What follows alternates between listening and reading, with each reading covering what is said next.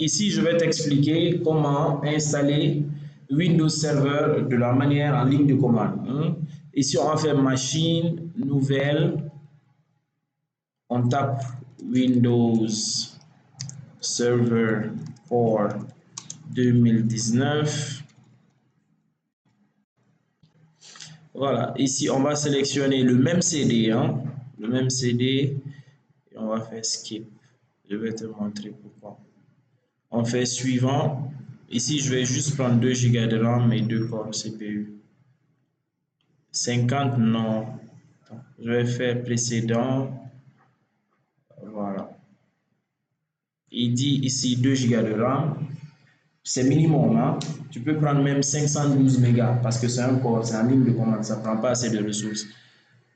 Voilà. Ici, 50 Go, c'est trop. Vous pouvez juste prendre 30 ou 25 ou 20 même. Vous faites suivant. Finish.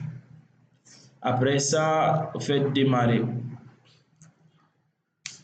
On va démarrer cette machine virtuelle, on va l'installer comme l'autre.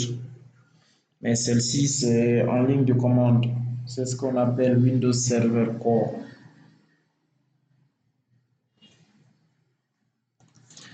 Voilà.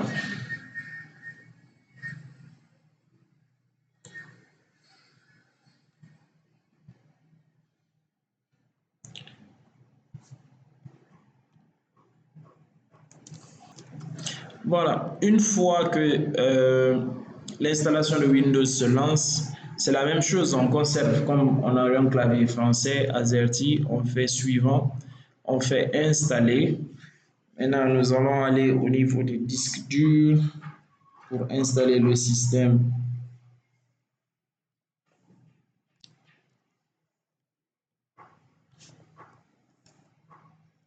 Voilà. Comme on n'a pas de clé de produit ici, je vais faire je n'ai pas de clé de produit. Nous allons passer ici à Windows Server 2019 Data Center. Quand il n'y a pas d'expérience bureau, ça veut dire que c'est en ligne de commande. On va faire suivant.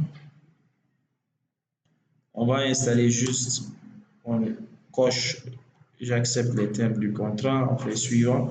On vient comme l'autre, on fait ici suivant. Ça va formater le disque et continuer l'installation.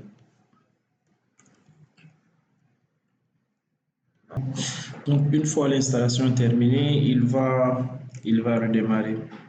Donc, il va nous le demander tout à l'heure de redémarrer. Maintenant,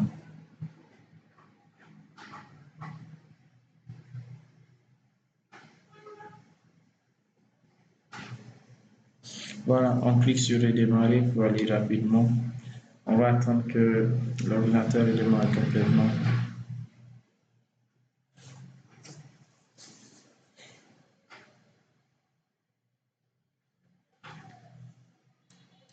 Ici, une fois l'installation terminée, on va nous demander de mettre le mot de passe, comme pour le graphique. Donc, on va juste mettre OK. Ici. OK. Donc, le mot de passe, on va mettre un mot de passe majuscule, minuscule.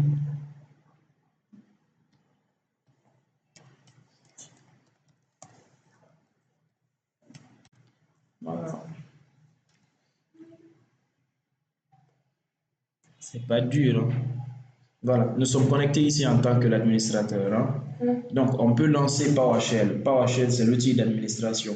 Pour le lancer, on fait juste Start PowerShell. Voici, c'est l'outil d'administration de Windows. Donc, ce qu'on a vu pour le moment, c'est installer Windows Server de la manière graphique et de la manière ligne de commande.